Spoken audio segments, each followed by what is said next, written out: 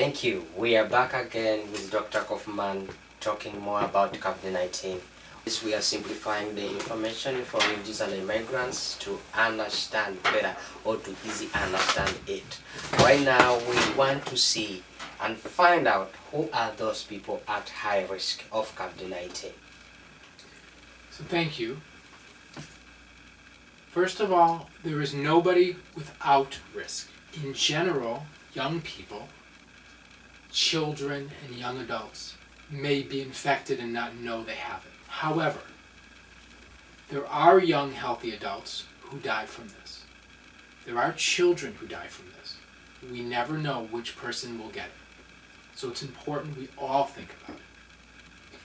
As a group, the people at highest risk are the elderly, people over 60, and people who have other diseases.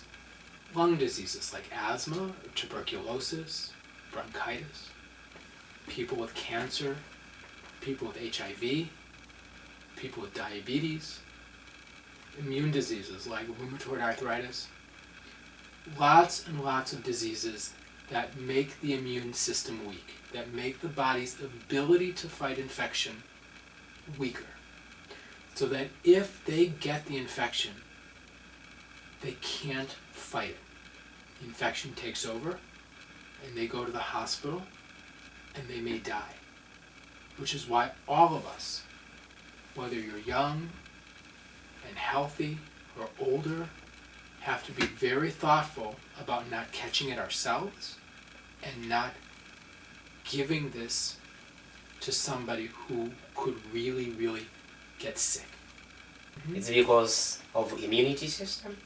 Anything that makes the body focus on something other than being healthy. Okay. Any disease the body has to fight and bring its attention to fight, whether it's keeping the heart healthy, keeping the lungs healthy because there's an infection, because there's disease. The immune system and the body's energy is being put toward that disease, and it has less energy to fight the infection. Okay. Alright, so based on your experience, what do you think if we talk about people who are at high risk, like people with other medical problems and people who are older? Are they so worried? Do you think they are so worried? So I can tell you my own experience. My own mother is 80 years old, and she's very healthy. Okay? She doesn't have many medical problems. She walks on her own. She lives by herself. She cooks for a whole family every week. Her children haven't seen her in 3 weeks. Okay. Because we don't want to bring the infection to her.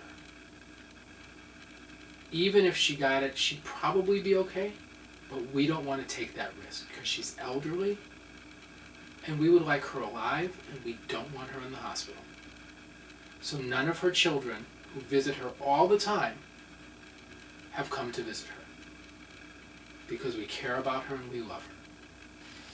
Okay, alright. What about refugees and immigrants, those who are very old and maybe they are living alone? How are they accessing services?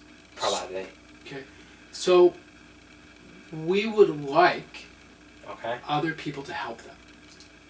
Okay, so we would like people to drop off food for them.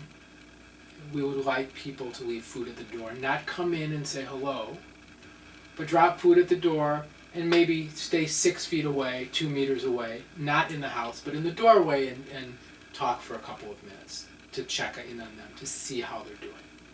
We would prefer that they don't go outside. We would prefer they don't go to the store because they're at the highest risk.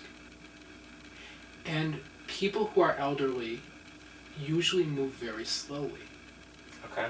So if somebody is going to pass them in the grocery store, they can't get out of the way. They can't move fast enough to protect themselves.